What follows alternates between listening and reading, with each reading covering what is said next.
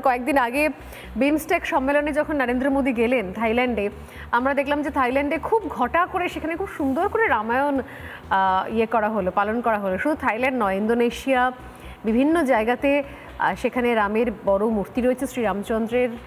কোথাও হিউস্টনে হনুমানজির বড় মূর্তি রয়েছে 90-92 ফুটের।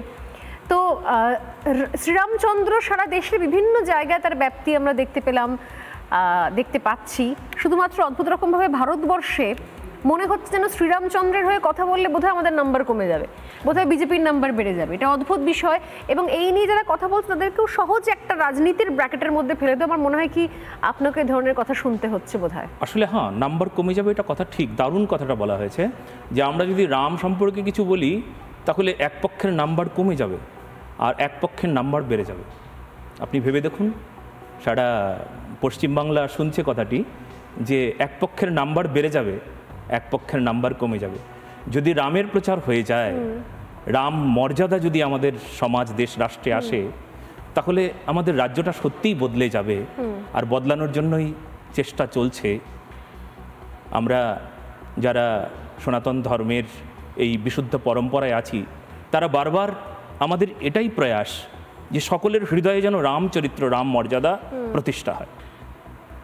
এর আগে আপনি কোচবিহারের কথা বলছিলেন, শিলিগুড়ির কথা বলছিলেন, একাধিকবার এর ধরনের আক্রমণের মুখোমুখি হয়েছেন আপনি।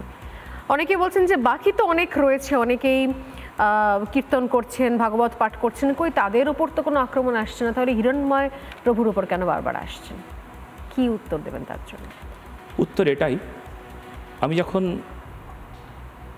বারবার এই সমাজের এই দুর্ভাগ্যের আকাশটা দেখি, আকাশ ঘন ঘটা, তখন সেখানে শান্তি প্রতিষ্ঠার জন্য আমি একমাত্র এটাই দেখলাম যে আমাদের এই সত্য সনাতন ধর্মকে সেখানে প্রতিষ্ঠা করা বিশুদ্ধভাবে। তো যখন সেটা দেখছি, তখন আকাশের এই ঘন ঘটাকে দূর করবার জন্য একটাই উপায় আছে, সেটা বেশি বেশি করে আমাদের সমাজের ওপর যে একটা কুপ্রভাব, একটা অপশক্তি, একটা রাজশক্তি, তার যে কুপ্রভাব, সেই কুপ্রভাবটা কেন, কি কারণে? কারণ তারা ধর্ম জানে না, ধর্ম চেনে না, তারা সত্যকে চেনে না, ধার্মিককে তারা ভালোবাসে না। তো ঠিক যখন আমি বিষয়টা জানলাম, তখন আমার অনুভব হলো যে এই অরাজকতাকে দূর করবার জন্য একমাত্র এটাই হবে যে আমরা ভাগবত, গীতা, রামায়ণ, মহাভারত, চৈতন্য চরিতামৃত, আমরা যেটাকে সামনে রাখছি, কিন্তু সমাজের কি করে উপকার করব? আমরা দেশের জন্য কি করতে পারি? সমাজের মানুষ অবহেলিত, উপেক্ষিত, যারা শিক্ষিত, দেখলেন কিছুদিন আগের ঘটনা যে 26,000 চাকরি চলে গেল। তো এই যে অরাজকতা চারিদিকে, এই অরাজকতা দূর করবার জন্য ব্যবস্থা কি?